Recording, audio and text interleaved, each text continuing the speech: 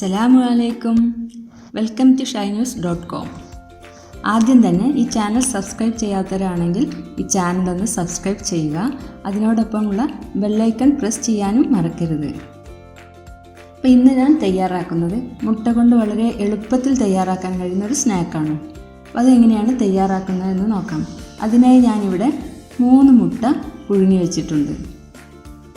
പിന്നെ അതിലേക്ക് വേണ്ട സാധനങ്ങൾ: ഒരു പകുതി തേങ്ങ ചിരകിയത്, പിന്നെ കറിവേപ്പില, പുതിനയില, മല്ലിയില ഇതെല്ലാം കൂടെ പൊടിയായി അരിഞ്ഞത്, 5 അല്ലി വെളുത്തുള്ളി, ചെറിയ 2 കഷ്ണം ഇഞ്ചി, ഒരു 5 പച്ചമുളക്.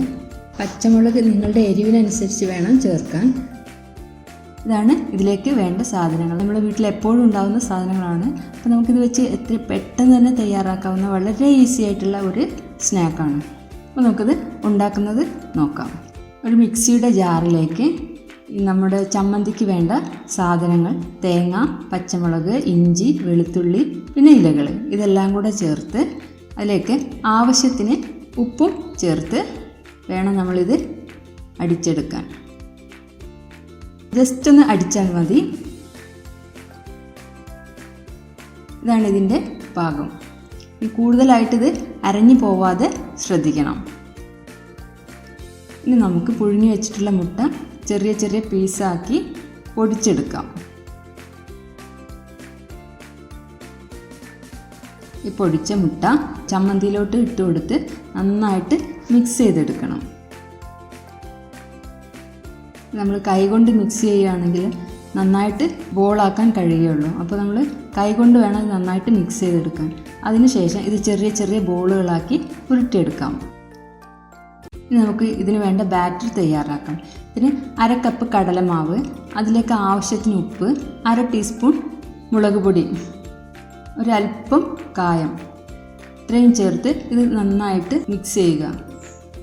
ബാറ്റർ തയ്യാറാക്കുമ്പോൾ വെള്ളം കുറേശ്ശെ ചേർത്ത് വേണം മിക്സ് ചെയ്തെടുക്കാൻ, അല്ലെങ്കിൽ ഇത് മാവ് ലൂസായി പോകും. മിക്സ് ചെയ്യുമ്പോൾ അതുകൂടെ ഒന്ന് ശ്രദ്ധിക്കുക. ഈ കൺസിസ്റ്റൻസിയിലാണ് ഇത് വേണ്ടത്. ഇനി ഒരു പാൻ അടുപ്പത്ത് വെച്ച് അതിലേക്ക് എണ്ണ ഒഴിച്ച് നമുക്കിതെല്ലാം പൊരിച്ചെടുക്കാം. മാവ് നന്നായി കട്ടിയായി പോവുകയാണെങ്കിൽ ഒരല്പം വെള്ളം ഒഴിച്ച് ലൂസാക്കി എടുത്താൽ മതി.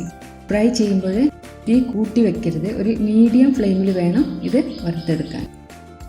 വളരെ പെട്ടെന്ന് തന്നെ നമുക്ക് വീട്ടിലുള്ള സാധനങ്ങൾ വെച്ച് തയ്യാറാക്കാൻ പറ്റുന്ന ഒരു സ്നാക്കാണ്. നിങ്ങൾക്ക് എല്ലാവർക്കും ഇഷ്ടപ്പെട്ടു എന്ന് കരുതുന്നു. ഇഷ്ടപ്പെട്ടാൽ ലൈക്ക് ചെയ്യാനും ഷെയർ ചെയ്യാനും മറക്കരുത്. മറ്റൊരു വീഡിയോയുമായി നമുക്ക് ഇൻഷാ അല്ലാഹ് വീണ്ടും കാണാം.